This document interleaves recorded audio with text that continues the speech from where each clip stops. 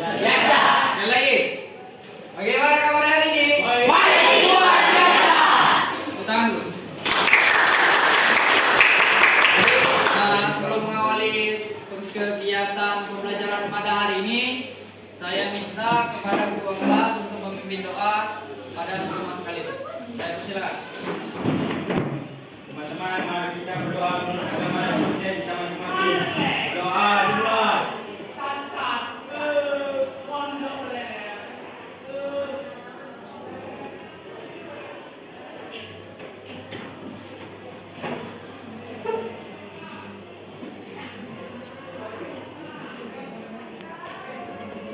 Berdoa selesai.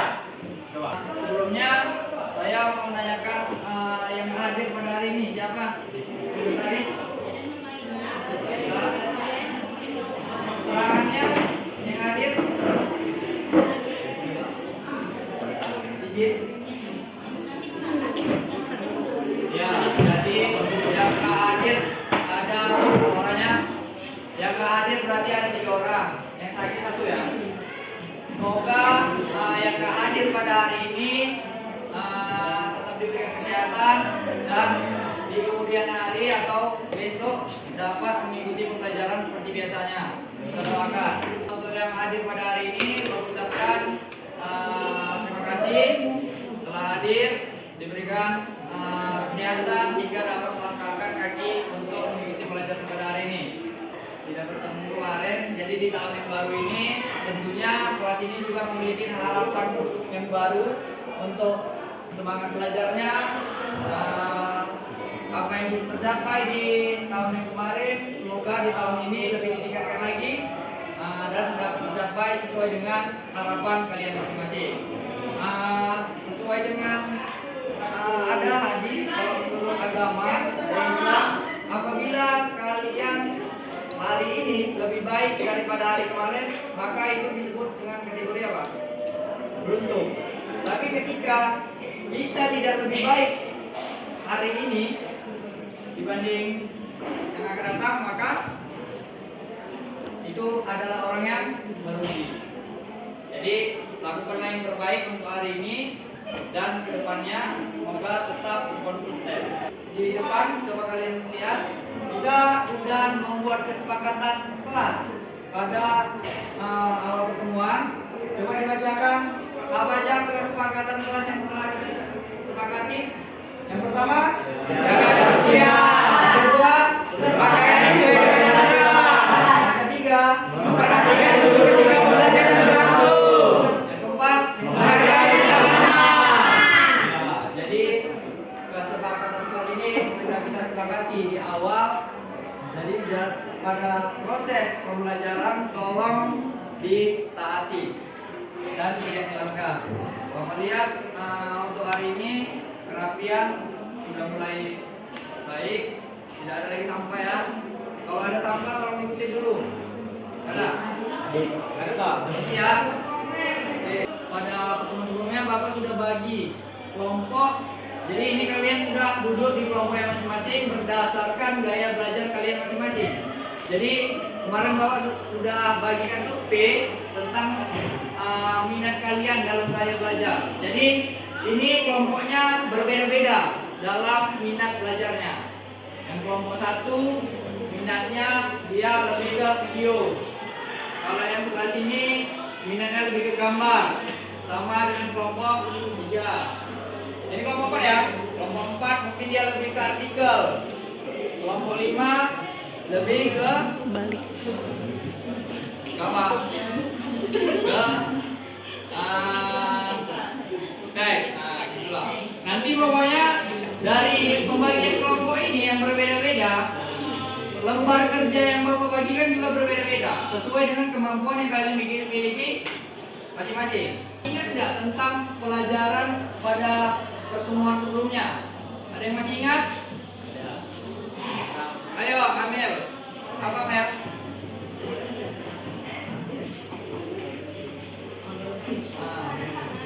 Yang sebelah sini, Cut. Apa, Cut? Materi sebelumnya. Lihat, apa, Mel? Ketahanan pangan, mengelola sumber daya manusia. Sumber daya alam dalam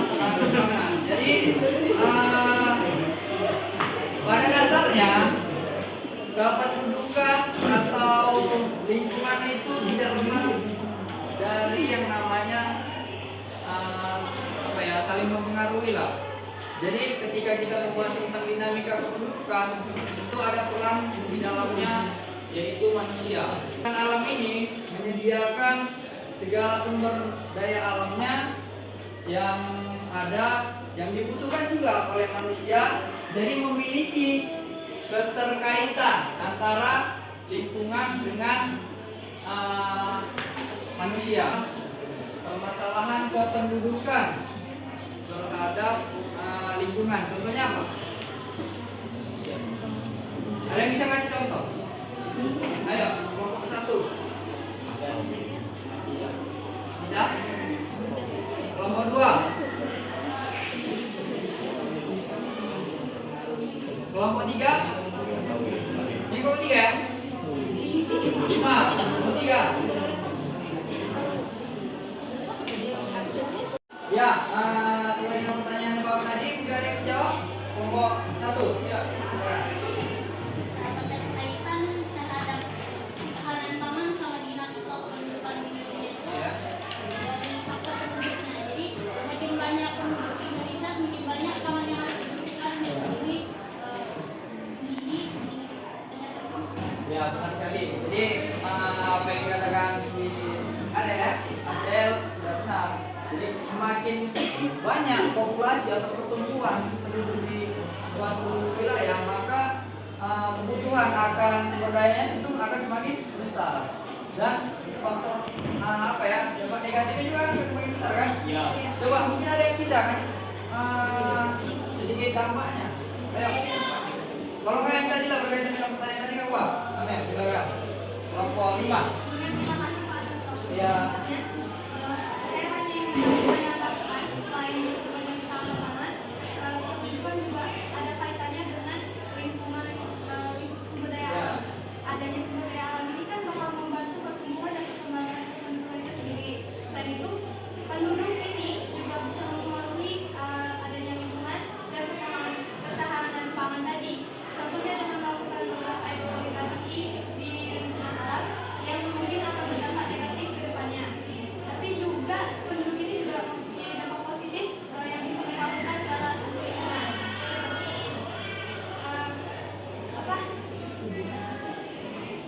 kayak memanfaatkan sumber daya alam itu dengan baik atau melakukan pembudidayaan yang juga baik. Tepuk tangan dulu untuk Amer.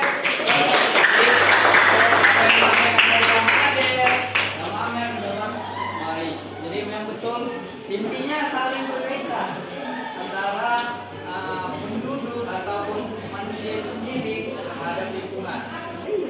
Jadi sebelum masuk ke materi, ada beberapa subbab pada pertemuan kali ini yang akan kita pelajari. Kalau kalian lihat di buku di halaman 100 berapa ya? 7. Kalau kata Bapak ada. Kalau kalian ada di daftar isi ada subbabnya, ada 7 subbab yang akan kita pelajari di bab ke-4 ini tentang dinamika kependudukan di Indonesia. Yang pertama apa? Faktor dinamika. Ya, yang kedua Mobilitas penduduk dan manusia. yang ketiga, Kualitas penduduk dan indeks pembangunan manusia. yang keempat, Bonus demografi dan dampak terhadap pembangunan. kelima, Permasalahan yang diakibatkan dinamika kependudukan. enam, Sumber daya kependudukan. yang ketujuh terakhir. Pengelolaan dan administrasi kependudukan. Jadi inilah subbab yang akan kita pelajari selama semester genap ini. Semester 2. Tujuan pembelajaran pada hari ini, bacakan tujuannya.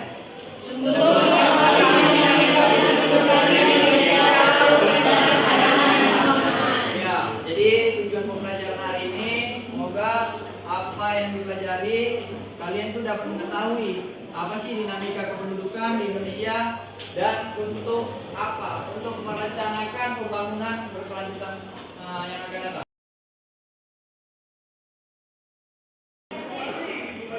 Kita akan membahas tentang dinamika kependudukan kependudukan di mana?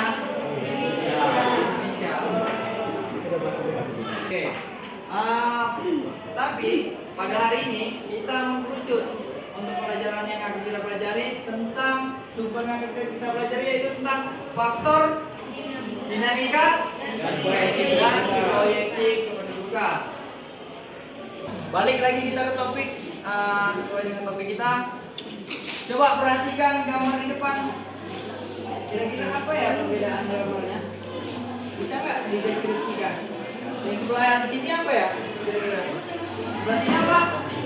Pedesaan. Pedesaan. Yang sebelah sini? Nah, ini Bapak ambil contohnya kota Medan. Medan. Ini Lipak. Ini Lipak. Yang sebelah sini ini Desa Meriah di Karo. Karo. Ya. Ayo kita baca pertanyaannya. Perhatikan. Pernahkah kalian melihat pemandangan seperti pada gambar di bawah ini? Pernah nggak? Pernah. Nah, gambar tersebut menunjukkan sebuah pemukiman yang padat dan yang jarang penduduk. Jadi bisa dilihat nggak? Termasuk ke dalam kategori mana tempat tinggal kalian? Kategori pedesaan. Ya, desa. Kelompok sini. Desa. Kota. Ini kelompok apa? Kota. Sebelah sini kelompok dua. Kota. Ya, kira-kira kota ya, karena tinggal di kota. Jadi kira-kira apa sih yang kalian dapat dari sini tentang dinamika kependudukannya? Kan kalau kita lihat di sini kan apa? Kan nampak nih. Ini secara bangunannya mungkin jarang, kemudian di sini rapat-rapat. Kemana dampak apa dinamika kependudukannya? Ada yang bisa kasih pendapat? Akan dapat. Kelompok lain dulu. Kelompok 3, kelompok 4.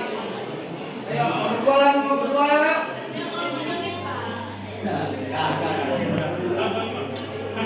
Udah lempar langsung kelompok yang lain. Ya, silakan. Ambil lagi.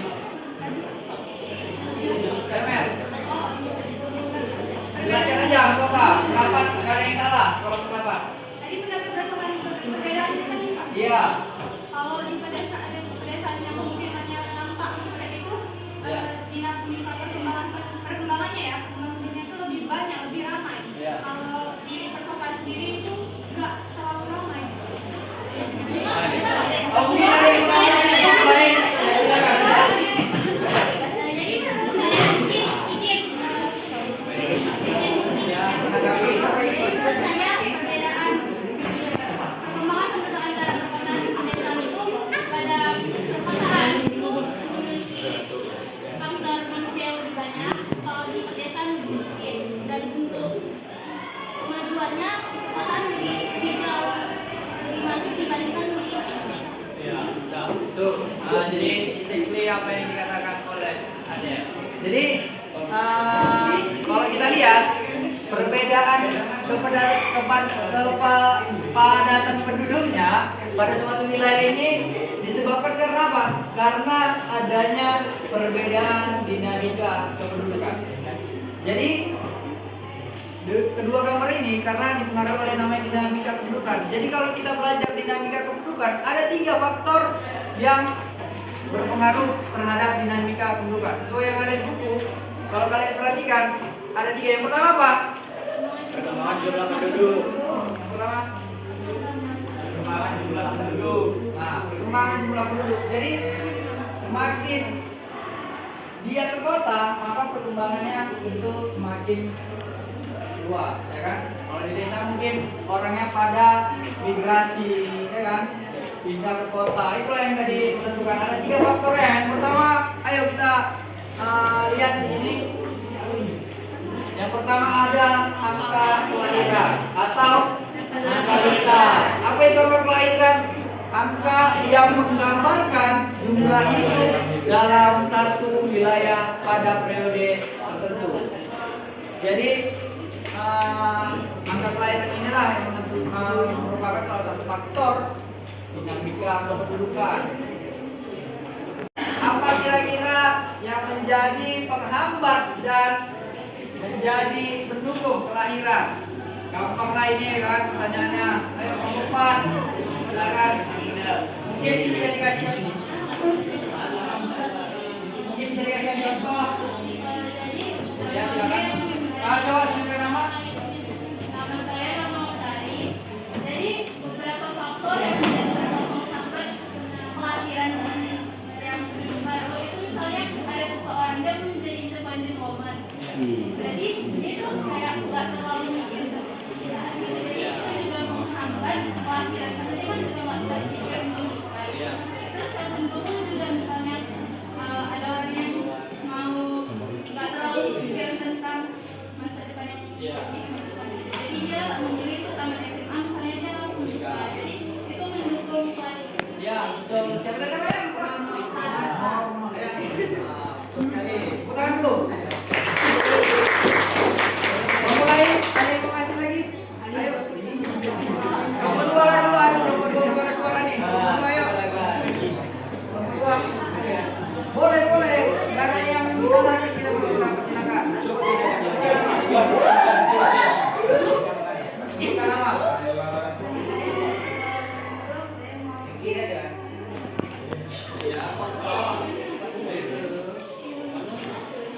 Dengan adanya merupakan pertambahan penduduk di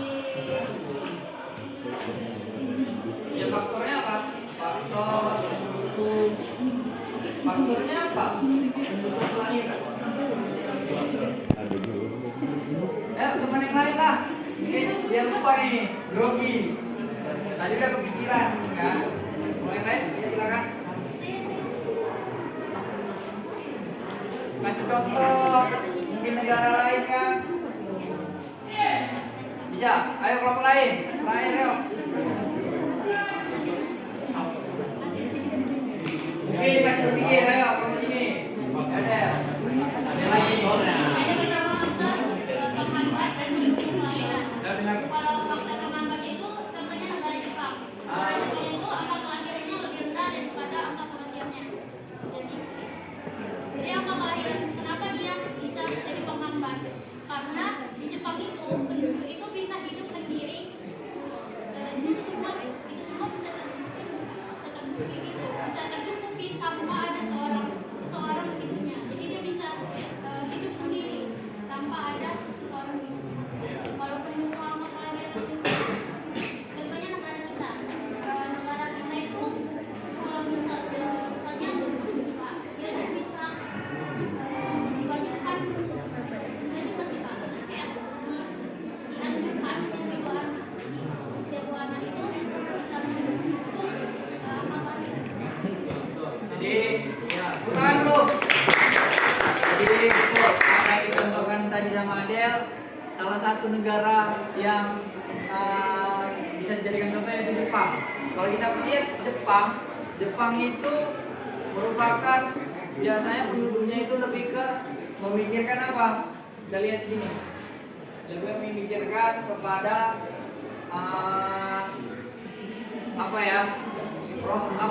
kerjaan, mungkin pendidikan ya kan, sehingga mereka tidak lagi kepikiran untuk yang namanya menikah. Jadi banyak di Jepang itu penduduknya yang masih single sampai tua. Jadi makanya ada di Jepang itu namanya program biaya. Jadi setiap anak, jadi anak yang lahir bagi ibunya yang mau melahirkan itu akan ditanggung sama yang namanya negara. Jadi negara punya devisa untuk menanggung anak yang lahir. Jadi saking pemerintah itu mau yang namanya pertumbuhan penduduknya, maka dibuatlah program seperti itu di Jepang. Oke, balik lagi kita ke topik, ayo. Jadi ada yang namanya pronatalitas. Ini dia pendukung. Yang pertama apa? Pernikahan pada usia muda. Jadi biasanya masa-masa SMA lainnya kan, tamat SMA, kepikirannya apa Pak? Udah nikah, tanpa memikirkan pendidikan, ya kan? rata-rata kan tanpa pendidikan. Padahal di Indonesia sudah ada diatur yang namanya undang-undang pernikahan. Berapa batas minimal 19 tahun. Jadi betul ya 19 tahun ya. Jadi itulah umur yang ditentukan oleh undang-undang untuk pernikahan. Kemudian ada tingkat kesehatan. Kemudian ada asumsi bahwa banyak anak banyak rezeki. Setuju nggak dengan pernyataan ini? Ayo kasih pendapat dulu. Kenapa nggak setuju? Ya sekarang. Ya pilih. Saya nggak setuju sama asumsi yang banyak anak banyak rezeki. Karena kan kalau misalnya banyak anak ya otomatis pengeluaran yang dikeluarkan juga lebih banyak. Kalau saya lagi cuma satu, ya cuma dia aja pasti. Jadi kalau banyak anak itu nggak apa ya? Nggak menghasilkan rezeki yang banyak.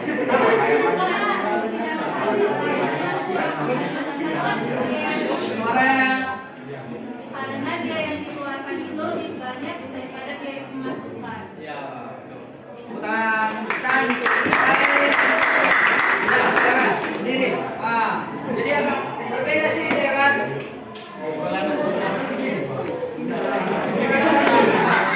Yang lain. Suaranya. Makannya banyak. Gimana Mas? Misalnya gini Pak, makannya itu makan apa Pak? Gimana maksudnya?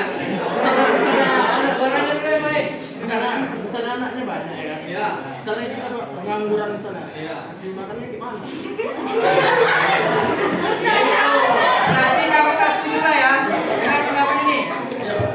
Terus apa lagi?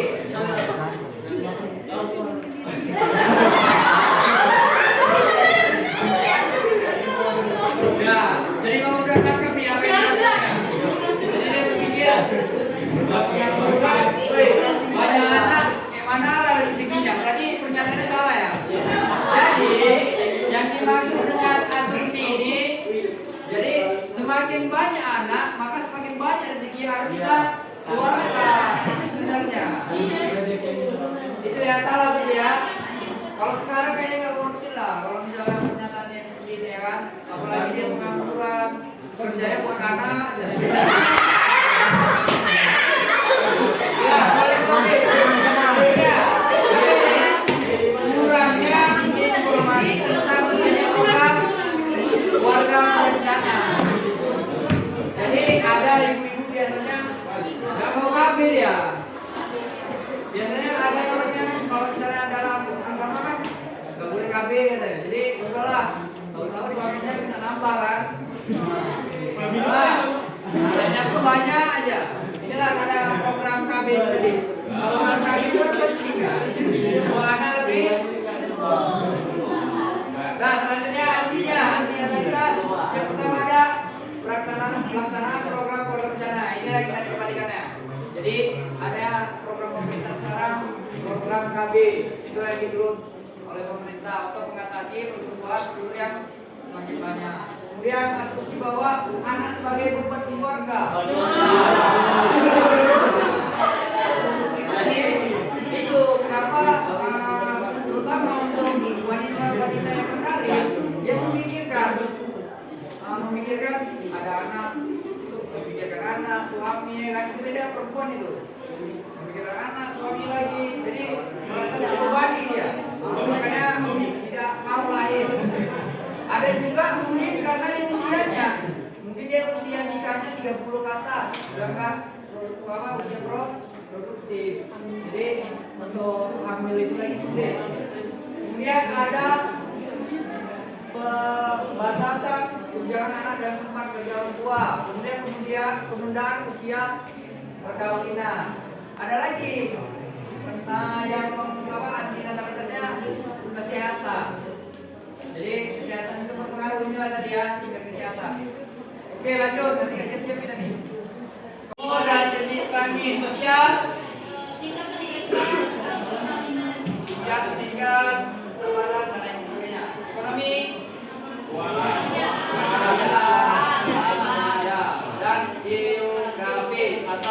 di wilayah.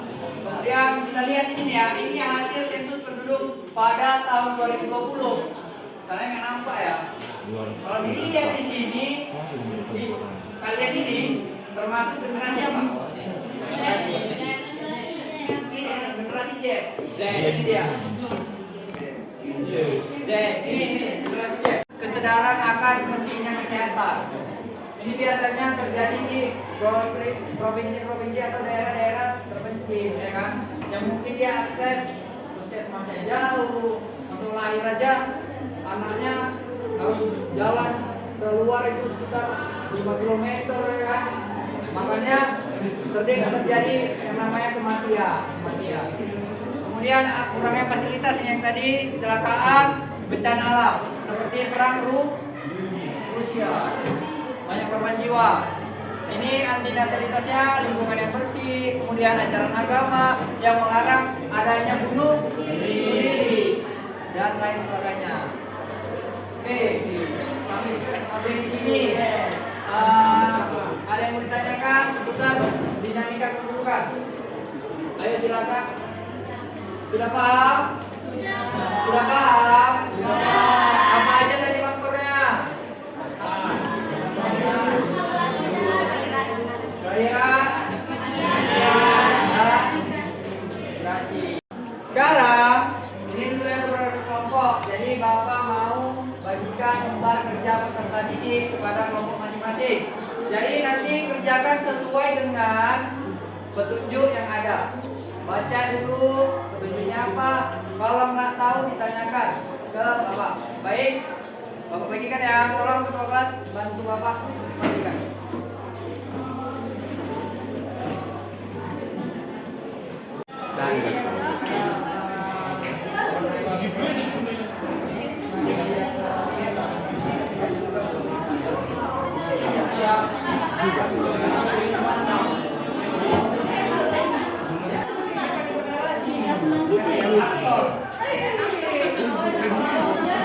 Nah, ini apa?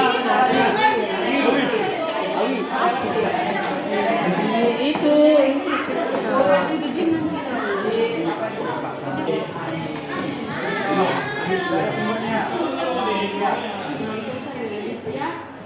Jadi biar cepat dibagi tugasnya, jangan ditumpuk.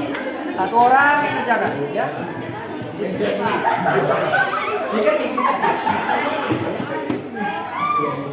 Diketik lah.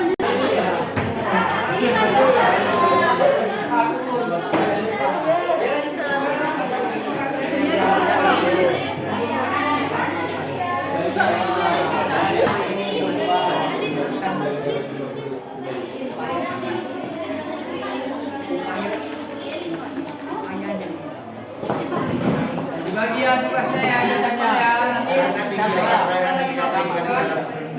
waktunya kan cukup lagi. Selesai semua ya. Sekarang kita masuk pada sesi presentasi. Jadi untuk kelompok berapa dulu nih? Ya. Kelompok 1 silakan presentasikan nomor kerja tadi. Silakan. Selamat pagi menjelang siang teman-teman. Jadi kami dari kelompok 1 atau kelompok artikel, kami akan membahas tentang sensus online Indonesia pertama tahun 2020. Jadi ada beberapa pertanyaan di lembar kerja kita tadi. Jadi pertanyaan pertama itu, apa permasalahan yang terjadi berdasarkan artikel yang dibahas di lembar kerja ini? Jadi permasalahannya adalah Indonesia memiliki kurang lebih 17.000 pulau yang mengakibatkan sulitnya keterjangkauan akses terhadap infrastruktur bagi pulau-pulau terluar di Indonesia yang menjadi salah satu tantangan tersendiri. Yang kedua, ada pertanyaan apa saja yang pernah diterapkan oleh pemerintah untuk mengatasi permasalahan tersebut. Jadi pemerintah telah menerapkan melalui program Palakari yang berencana untuk menghubungkan setiap pulau-pulau di Indonesia melalui akses internet. Namun dari program tersebut itu ada halangannya. Yang pertama itu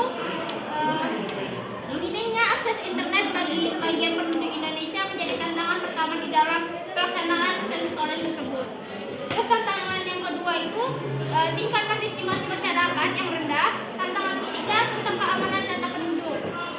Terus yang ada pertanyaan ketiga. Apa gagasan kalian yang belum pernah diterapkan oleh pemerintah sebelumnya untuk mengatasi permasalahan tersebut?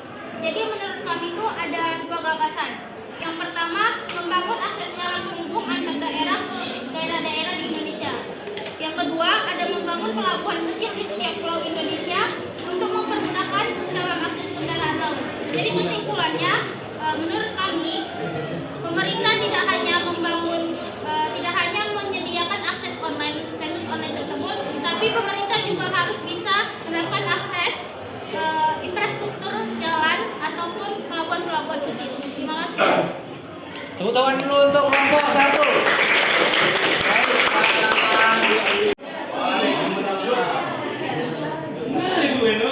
Suara yang dulu. 1, 2, 3. Selamat siang kawan-kawan.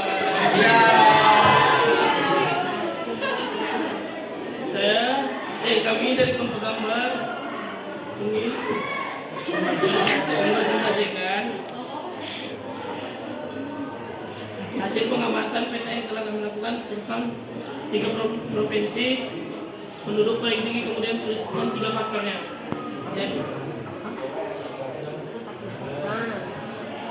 Jadi 3 provinsi yang memiliki kepadatan penduduk paling tinggi adalah Jakarta, Jawa Barat, dan Banten. Faktor penyebab dari mereka kepadatan yang sangat tinggi adalah migrasi kependudukan, tingginya angka kelahiran, dan luasnya lapangan pekerjaan, atau lebih tepatnya faktor ekonomi. Dan ada juga soal nomor 2, yaitu sebutkan 3 provinsi yang memiliki kepadatan penduduk paling rendah dan tuliskan 3 faktornya. Provinsi yang memiliki kepadatan paling rendah adalah Kalimantan Utara, Papua Barat, dan Maluku Utara. Faktor yang mempengaruhinya adalah tingkat kesehatan yang rendah, tingkat kematian yang tinggi, dan migrasi. Contohnya faktor ekonomi yaitu lapangan kerja. Sekian dari kami. Mohon maaf lahir dan batin. Jadi hasil pengamatan kelompok 2 sudah baik berdasarkan 3 provinsi yang memiliki pendapatan tinggi tadi. Sudah benar. Jadi sesuai dengan kemampuan mereka. Tentang saya belajar tadi, mengamati gambar. Mereka lebih suka gambar, mengamati gambar. Jadi sudah baik. Nah, oke. Selanjutnya kelompok 3. Jadi kami dari kelompok 3 akan menjawab soal dari LKPD. Yang pertama, jelaskan distribusi penduduk pada gambar di atas. Jadi ini gambarnya ya. Jadi ini gambarnya ya. Jadi aku mau menjawab. Berdasarkan dari data perbandingan sensus penduduk tahun 2010 dan 2020, kepadatan penduduk mengalami penurunan. Data sensus penduduk tahun 2010 yaitu sebanyak 124 jiwa, sedangkan hasil sensus tahun 2020 mencapai 107 jiwa. Negara Indonesia memiliki daratan yang luas, namun tidak mengimbangi dengan pemetaan distribusi penduduknya.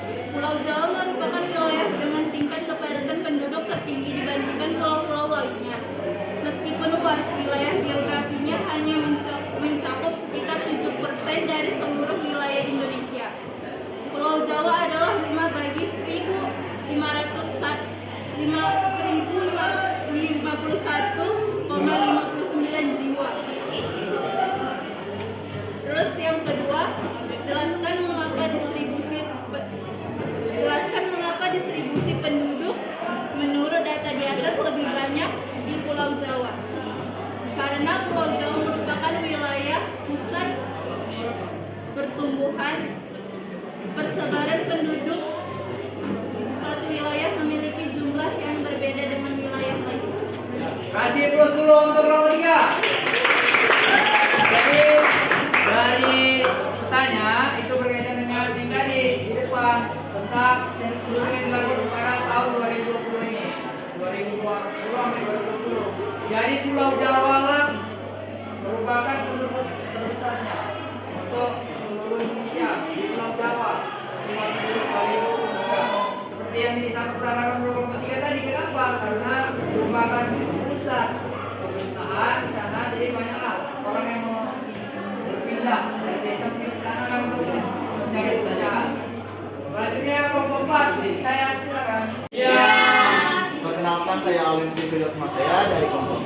akan mempresentasikan hasil yang diskusi kami. Pertanyaan yang pertama, apa faktor penyebab Indonesia menjadi negara dengan jumlah penduduk terbanyak keempat di dunia? Yaitu Indonesia memiliki populasi penduduk terbesar keempat di dunia karena tingginya kelahiran dan tingkat pendidikan yang relatif rendah. Sangat disayangkan. Yang kedua, menurut kelompok Anda, upaya apa saja paling tepat dilakukan oleh pemerintah untuk Indonesia menekan pertambahan jumlah populasi penduduk? Menurut kami yang pertama adalah menggalakkan program transmigrasi. Maksudnya transmigrasi ini adalah suatu daerah yang penduduknya tingkat populasinya tinggi itu dipindahkan ke daerah yang populasinya tingkatnya lebih rendah. Yang kedua, pemerataan lapangan kerja. Nah, karena banyaknya penduduk kita, sayangnya sedikit pengangguran, nggak sedikit banyak pengangguran. Yang ketiga, menekan pertumbuhan penduduk dengan program keluarga berencana. Jadi maksudnya ini, sebelum menggoyang, ada lebih baiknya lagi. Ada lebih baiknya lagi mengenai biaya pendidikan, mengenai biaya itu. Akan membuat undang-undang yang menetapkan usia minimal menikah. Jadi kayak sayangnya di daerah Indonesia itu masih banyak anak muda yang hamil di luar nikah. Yang kelima, mempermudah serta meningkatkan pelayanan dalam bidang pendidikan. Yang ketiga, apa keuntungan yang dapat diperoleh negara Indonesia dengan jumlah penduduk banyak tersebut? Yang pertama adalah melimpahnya SDM, sumber daya manusia. Yang kedua, tenaga kerja banyak yang tersedia. Seperti yang saya katakan, tidak sedikit Indonesia itu mempunyai pengangguran. Yang ketiga adalah SDM melimpah akan mempercepat proses pembangunan. Demikian peserta yang saya bawakan. Sekian dan terima kasih. Mewakili kelompok saya kelompok 5 yang akan menyampaikan hasil diskusi kami terkait dengan video saya yaitu penduduk Indonesia telah mencapai 270,2 juta jiwa.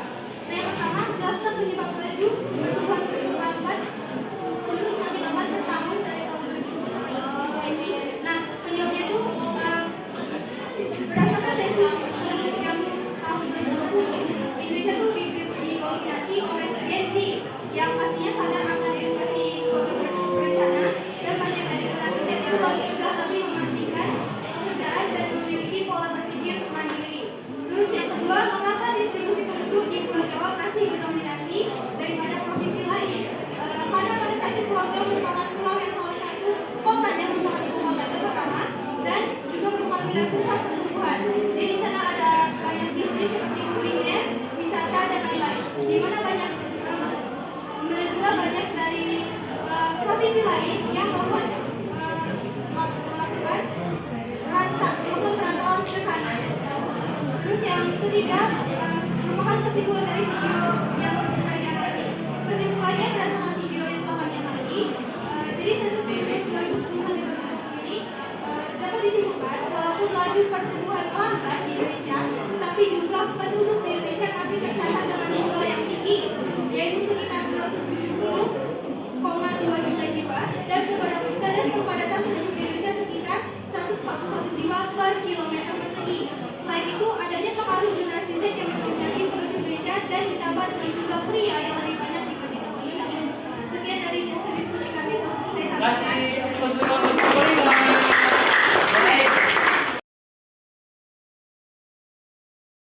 Ini tolong nanti untuk selanjutnya untuk masing-masing kelompok buat kayak misalnya kelompok video ya, video kayak nanti kelompok mereka buat video hasil dari diskusinya untuk project. Kemudian untuk kelompok ini artikel nanti buat tentang artikel yang berkaitan dengan ini materinya. Kemudian ini gambar juga buat produk tentang hasil presentasi tadi dijadikan player atau poster ya, sama dengan kelompok gambar yang sebelah sini dan kelompok ini. Ini kelompok apa tadi? Kelompok apa tadi? Tentang artikel ya, buat sama kayak punya Adel. Oke. Semoga kedepannya untuk pertemuan selanjutnya sudah selesai ya produknya ya, sudah ya.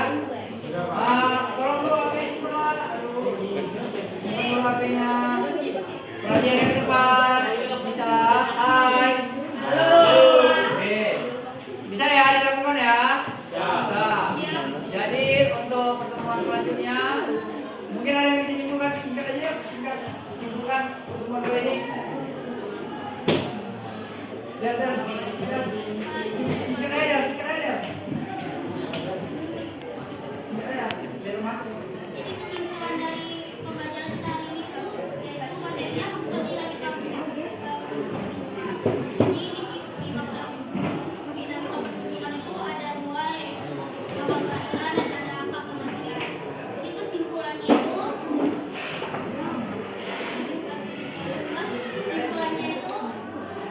tiap manusia, setiap negara itu memiliki angka kelahiran yang tinggi ataupun angka kematian yang rendah. Begitu juga sebaliknya, setiap negara itu memiliki ada angka kelahiran yang rendah dan ada juga yang memiliki angka kematian yang tinggi. Indonesia merupakan termasuk negara yang memiliki angka kelahiran yang tinggi dan angka kematian yang rendah. Makanya Indonesia termasuk negara keempat yang memiliki banyak. Terima kasih untuk yang atas refleksi ya. Jadi nanti untuk yang lainnya, Bapak telah sediakan Google Form untuk Bapak kirimkan ke ADL tentang refleksi. Hari ini tentang teman sebaya, kami tentang diri kalian sendiri. Tolong isi ya. Nanti di rumah, nanti Bapak lihat jawabannya. Oke, mungkin demikian hasil presentasi atau pembelajaran pada hari ini. Semoga bermanfaat. Semoga ilmu yang akan Bapak sampaikan kepada kalian dapat